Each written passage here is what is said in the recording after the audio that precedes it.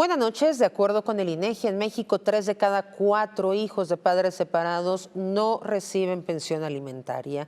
Hace unas semanas el Senado aprobó reformar la Ley General de los Derechos de Niñas, Niños y Adolescentes en materia de pensiones alimenticias. Esta reforma, conocida también como la Ley Sabina, va a crear un registro de padres que adeuden la pensión alimenticia de sus hijos. En México, por lo menos hay 35 millones de padres que no dan pensión. De cada 10 divorcios, 7 padres no cumplen con su obligación. Con esta reforma se va a garantizar que el 70% de madres solteras tengan garantizada la pensión que hoy no reciben.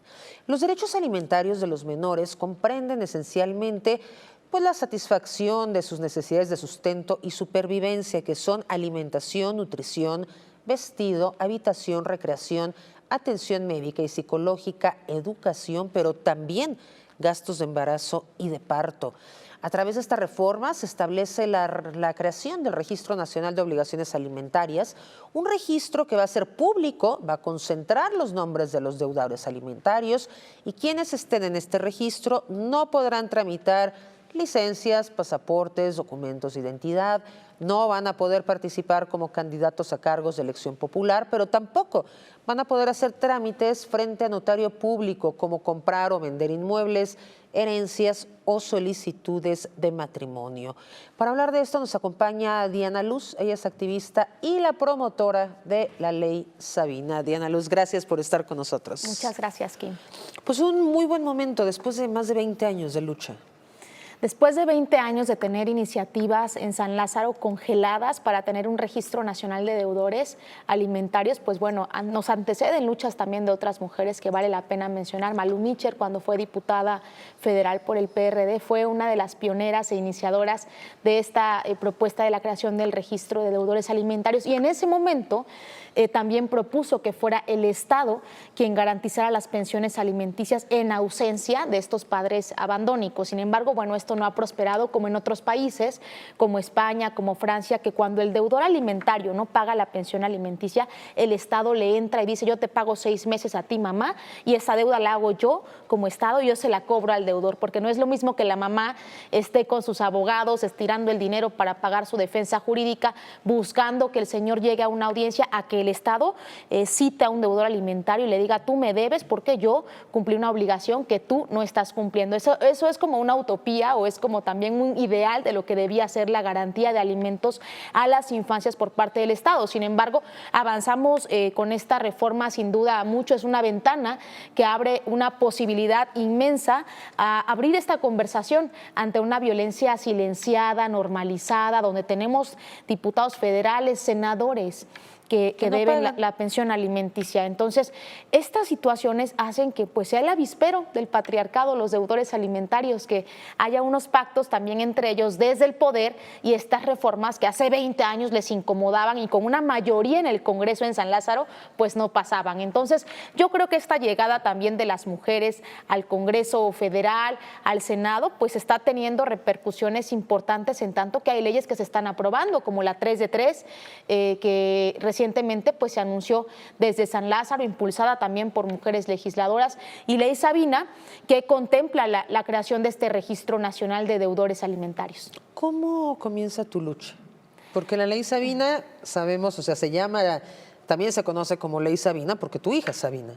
Bueno, pues Marta Lamas dice en su último libro que las mujeres estamos llegando al feminismo a través del dolor de nuestras propias historias. Por eso es que cada 8 de marzo vemos cada vez a más mujeres que vamos entendiendo qué es el feminismo, vamos identificando violencias que no sabíamos que era violencia. Mi mamá me decía, mi abuela me decía que yo me conformara con esta situación de que el padre no se hizo responsable de mi hija y que se lo dejáramos a Dios. Y bajo esas ideas, pues íbamos creciendo creyendo que nosotras éramos las culpables por elegir un mal padre o por no fijarnos, ¿no? Como si supiéramos que estos señores traen un letrero en la frente que nos diga... Sí, como si vinieran con manual. No, exactamente, te voy a embarazar y te voy a abandonar, ¿no? Seguramente ni siquiera saldríamos con este tipo de personas. Sin embargo, me parece que esta cultura del abandono, de abandonar a mujeres embarazadas e hijos e hijas, pues está tan naturalizada que si conocemos a un deudor en la familia es un tema que parece hasta incómodo cómodo. Entonces nosotras desde el activismo y desde mi propia historia de Sabina, que es mi hija, que el padre no quiso reconocerla, que nos fuimos a un ADN y después ahí a un litigio de pensión alimenticia, pues me di cuenta todo este peregrinar que atravesamos las mujeres en un juzgado, desde un señor juez que te dice que cuál fue la razón de demandar, si estoy yo joven, si puedo trabajar, que mejor me ahorre ese dinero para mi hija. Entonces, desde estas revictimizaciones que nos suceden en los juzgados a muchas mamás, pues ni siquiera te dan ganas de seguir un litigio. Luego lo que te cuesta un abogado. Luego, tiempo de trabajo, porque tienes que trabajar, no creo que en tu y es salirnos trabajo te digan, sí, vuelve a ir al juzgado, una y otra vez. Justo son las audiencias las que nos desgastan, las que nos cansan, terminamos desertando, porque para nosotras o trabajamos o estamos acudiendo a tantas y tantas audiencias donde no se presentan estos señores.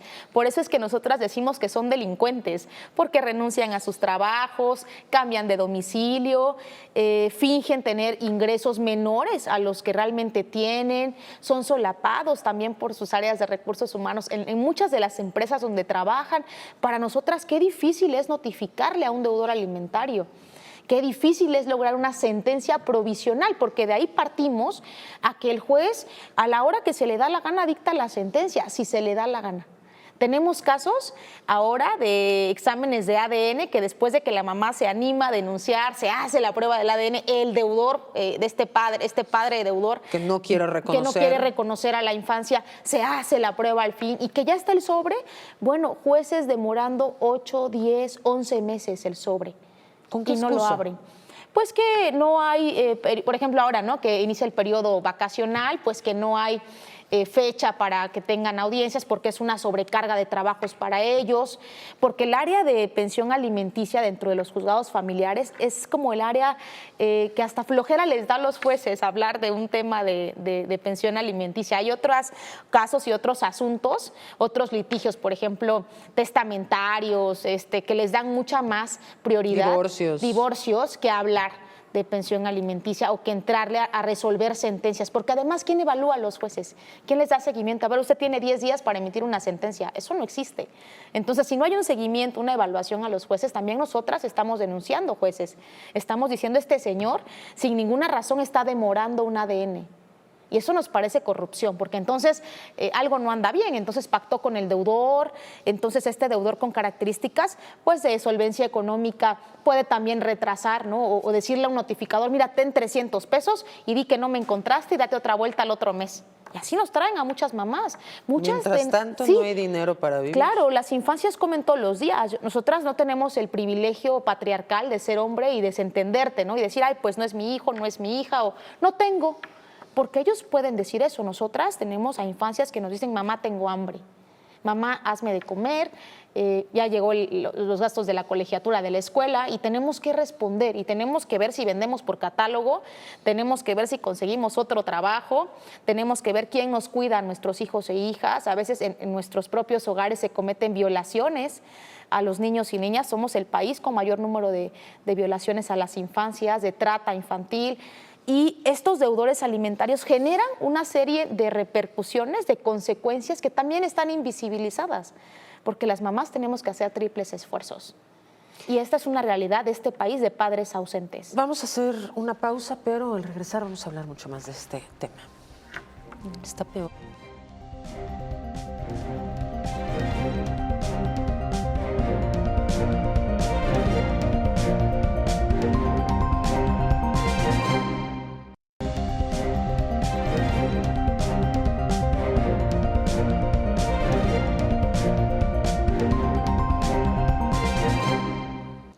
El único pendiente que queda con esta reforma es su publicación en el Diario Oficial de la Federación.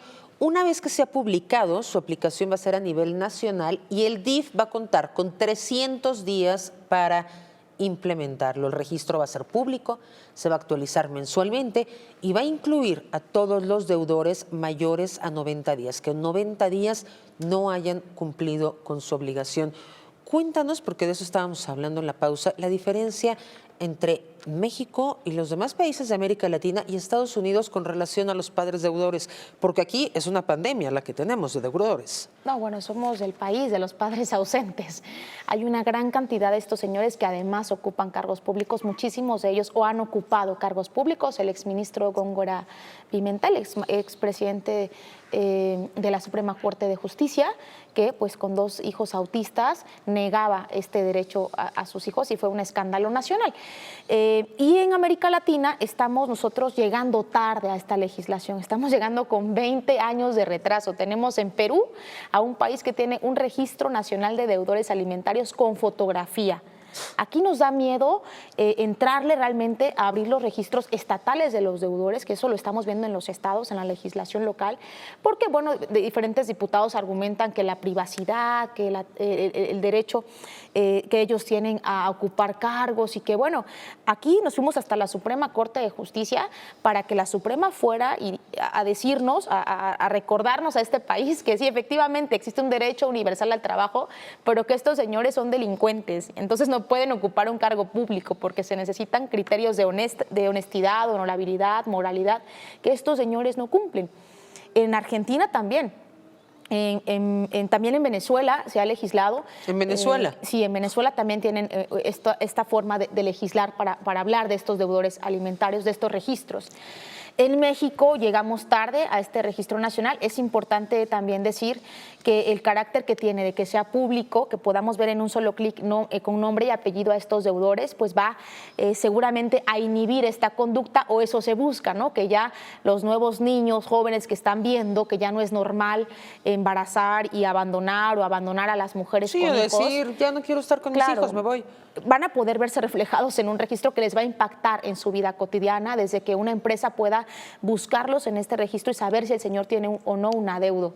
Y eso nos parece maravilloso. Y por otro lado, bueno, en Estados Unidos, cuando una mujer va a una corte a decir, este señor me embarazó, lo que hace la corte es primero salvaguardar el interés superior de la infancia. El señor puede argumentar que no ha nacido la criatura y decir, pues no es mío, y en ese momento en la corte le dicen, eso es un asunto secundario, aquí hay que garantizar la alimentación de la infancia, de la mujer que está embarazada, y usted va a empezar a pagar. Gastos de embarazo. Gastos de embarazo, el parto, todos los gastos médicos, y entonces el señor no tiene ninguna posibilidad de evadir esa responsabilidad, y después se viene la parte del examen de ADN. En México, las mujeres tenemos que estar pagando abogados y todavía pagar el ADN. ¿Cuánto cuesta un examen de ADN? En Ciudad de México está en 20,000 pesos. 10,000 pone la mamá y 10,000 el presunto padre. Que las mujeres no mentimos, quiero decirte, Kim. El 95% de las madres sabemos quiénes son los padres de nuestros hijos, no, y seguramente en ese litigio ganamos. ¿Qué pasa con la mujer que no tiene 20,000 pesos para no pagar el ADN? No puede seguir el proceso. Definitivamente. No puede hacer el proceso, ¿no? Y entonces no puede tener pensión. Y el señor está impune. Y el señor sigue sin cumplir ese derecho y esa obligación, y la infancia sin garantizarse ese derecho. Las mujeres que no tienen dinero para pagar un abogado, aunque haya de oficio, eso puede durar muchísimos años. Entonces, aquí lo ideal es que tengas un abogado o abogada que le dé seguimiento a tu caso. Si no lo tienes, viene el momento del pago del ADN, porque puedes tener abogado de oficio, ¿no?, que te dan en los juzgados, pero viene el pago del ADN. Y si no tienes dinero, no hay posibilidad de comprobar. Y no hay ninguna institución pública que lo haga. No, no hay ninguna institución. En realidad tienes que, quizá en algunos casos, hacer un oficio a la fiscalía pidiendo pues exonerarte de ese pago, pero es muy difícil que te autoricen la exoneración de un pago de ADN. Comentabas antes de la pausa, estos hombres, para evadir su responsabilidad, hacen de todo. ¿Qué es lo que hacen en contubernio con las empresas? Bueno, nosotras proponemos en Ley Sabina que empresas que encubran deudores alimentarios sean las acreedoras a la deuda. En algunos códigos civiles sí viene ya contemplado, pero no viene contemplado, por ejemplo, que esa empresa que se le compruebe que está encubriendo a deudores, que deje de ser proveedora de los servicios del Estado. porque hay muchas empresas que proveen instrumentos al Estado, ya sea papelería, venden herramientas, y muchas de ellas encubren a los deudores desde las áreas de recursos humanos. Tú puedes decirle al director de recursos humanos, mira, tengo un litigio de adeudo pensión y me descuentan mucho. Entonces, ¿qué te parece si yo te doy una lana y metes a la nómina pues a mi nueva pareja o a mi primo o a mi hermana, y yo sigo laborando en la empresa de manera cotidiana? Entonces, muchos deudores siguen laborando en esas empresas, pero cuando solicitamos en acceso a la información o en transparencia saber si ese deudor trabaja ahí, te dicen que ahí no trabaja, aunque tú lo veas diario que ingresa a ese lugar. Entonces, hay que hacer toda una serie de investigación regularmente pagada por nosotras las madres, con algún investigador, con el propio abogado, llegar en la mañana, grabarlo, documentar para evidenciar que el deudor efectivamente trabaja ahí. Entonces, muchos señores pues hacen este tipo de artilugios, de trampas, porque son tramposos, para engañar a la autoridad. Y en ese sentido, pues muchos jueces están aceptando a señores que se declaran insolventes y dicen, bueno, pues es que el señor no tiene trabajo, vamos a ponerle una sentencia mínima, un salario mínimo, en lo que el señor consigue un trabajo. Y bueno, mientras en ese transcurso nunca va a pasar, y en ese transcurso de años, pueden pasar décadas, pues tú no tienes el acceso a una pensión alimenticia para tu infancia. ¿Qué pasa en otros países cuando es insolvente o cuando se declara insolvente el deudor? En otros países lo que hace el Estado es inmediatamente darle un empleo a ese señor, y en ese momento, en cuanto el señor empieza a cobrar, directamente el Estado le retira el porcentaje o la cantidad que considera es adecuada a la calidad de vida de la infancia. Es directamente el Estado quien le descuenta. Y aparte, no es que el señor quiera trabajar, es que le dan el empleo. Usted empieza mañana a trabajar, supongamos en tal alcaldía, y su trabajo va a ser de 10,000 pesos mensuales. Usted va a darle 5,000 a la madre, que se le van a descontar. Vamos a hacer otra pausa. Las penas son distintas. Pero vamos a hablar ya directamente de la ley Sabina al volver. Gracias, Kim.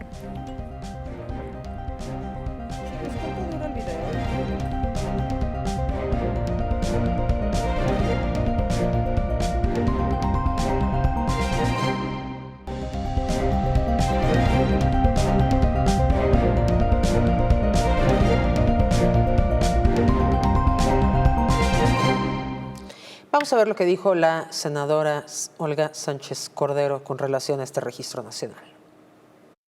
Los deudores que estén en este registro, imagínense ustedes, no podrán obtener licencias y permisos para conducir, pasaporte, documento de identidad y de viaje, participar como candidato a cargos concejiles y de elección popular. No podrán participar en procesos de selección para asumir el cargo de personas juzgadoras en el ámbito local y federal. No podrán realizar trámites ante notario público relativos a la compra-venta de inmuebles y a la constitución o transmisión de los derechos reales. Y en las solicitudes de matrimonio, la persona encargada como oficial del registro civil o juez del registro civil deberá hacer de su conocimiento de los contrayentes, si alguno se encuentra en este registro, la situación que guarda respecto a sus obligaciones, y además tendrá una restricción migratoria con el objeto de impedir que las personas inscritas en este registro nacional de obligaciones alimentarias puedan salir del país. Pues ahí está, no van a poder hacer nada. Y esto es por la lucha de muchas mujeres, la lucha tuya por llevar a cabo los tendederos. Cuéntanos rapidísimo qué son los tendederos y vamos a entrar de lleno con la ley. Los tendederos es una acción directa de las madres donde colgamos literal en un tendedero a estos deudores alimentarios con su fotografía, número de expediente si lo hay, y si no, pues también a estos hombres que embarazan a mujeres embarazadas en plazas públicas para que la vergüenza los alcance. Hemos visto que puede más que un deudor se vea exhibido, y esta presión social de su familia, amigos, nuevas parejas, hijos, hijas, cuando le dicen, oye, te vimos en un tendedero, debes pensión, y hacen que inmediatamente se comuniquen con las madres después de 5, 6, 10 años de llevar un litigio. Puede más la vergüenza social que la obligación que tienen estos señores, y que además muchos están demandados. Qué Qué bueno y que tengan mucha más vergüenza. Desde ustedes hicieron varias observaciones a lo que se aprobó. Una de ellas es que el DIF no debería llevar este registro, que debería ser la Secretaría de Gobernación. Cuéntanos cuáles son sus observaciones con lo que ya se aprobó. Sí, para nosotras, la institución que tiene todos los alcances operativos, humanos, presupuestarios, de experiencia en otros registros, es la SEGOP, la Secretaría de Gobernación, porque ya lleva actualmente el Registro Nacional Testamentario, lleva el registro de agresores sexuales, y bueno, en otras ocasiones, este registro que ha sido aprobado N cantidad de veces por San Lázaro, pues se lo han adscrito al DIF nacional. Y ya 3 veces el DIF nacional ha dicho que se declara incompetente para administrarlo.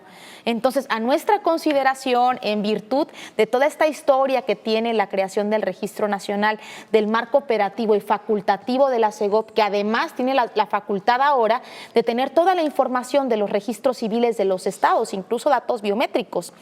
Y esta información, al concentrarse en SEGOP, pues sería mucho más fácil la operatividad de este Registro Nacional de Deudores Alimentarios. Nosotros esperamos que esto pues pueda ser administrado por SEGOP y no por el DIF nacional.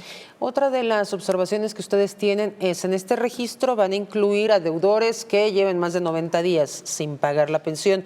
Ustedes dicen que debe ser 30. Sí, para nosotras el acortar los tiempos para que se considere un deudor alimentario es importantísimo. ¿Por qué? Porque ya venimos primero del proceso de iniciar la demanda de pensión, lo que demora en que sea admitida, lo que demora en solicitar al señor la respuesta, las audiencias, lograr una sentencia provisional en este país de 1 año a 2 años en adelante.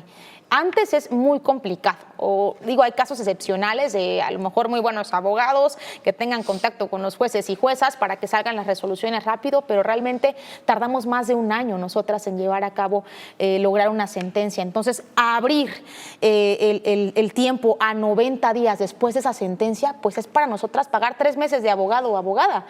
El abogado no te espera, te dice cada mes hay que darme tal cantidad, y en muchos de los casos terminamos muy gastadas económicamente las mujeres. Por eso nosotras en Oaxaca hace 2 años logramos la legislación a que se redujera a partir de la sentencia de pensión provisional en un margen de 30 días, subirlos al registro. Nos parece suficiente. Entonces, este margen de 90 días me parece que queda muy amplio y que pues va en retroceso a lo que ya hemos logrado en otros estados y pues que al final tendrá que volver a ser ampliado. Es un proceso larguísimo, nos estabas comentando, de 1 a 2 años. Cuando se obtiene la sentencia Mínimo. a favor, Sí. ¿se tiene que pagar el retroactivo? Sí, hay una consideración del retroactivo que, bueno, a veces los señores se pueden declarar también insolventes para pagar este retroactivo. Entonces, si no lo paga, tienes la opción de judicializar el proceso, es decir, irte a la vía penal. Pero eso implica pues más dinero porque te cobran por litigio los abogados. Por eso ninguna mamá pues podemos llegar, ¿no?, con escasos recursos a este proceso, porque muchos dirán pues ya están las leyes hechas, lo puedes meter a la cárcel sin nada más que llegar a este proceso. Ninguna mujer resiste. Es más, ninguna mujer resiste en estos tiempos agotar el proceso civil y esperar a que este señor te pague el retroactivo de N cantidad de años. Muchas, yo creo que a la mitad del camino dicen, ya no quiero saber nada. Sí, ¿no? Terminamos desgastadas. Nosotras creemos que esto con el tiempo o en el futuro lo ideal es que se siga de oficio, como cualquier delito, que tú puedas ir al MP sin necesidad de un abogado o abogada, y así como te roban una cadena en la calle, te roban el celular y vas y pones tu denuncia, lo mismo una mamá, porque estos señores son delincuentes. A ver, este señor se ausentó de la casa, tiene 15 días sin pagar, búsquenlo. O trabaja en tal lugar, y que sea la propia fiscalía la que busque a estos señores, como sucede en otros países donde les dan, repito, el trato de delincuentes, porque eso es lo que son. En el mejor de los casos, después de un largo juicio, sin que el señor mienta en cuanto gana, ¿cuál es el porcentaje del salario que les quitan por hijo, aproximadamente? Dependiendo, tenemos sentencias donde son 300 pesos mensuales. ¿No es un porcentaje de sus ingresos? No, varía.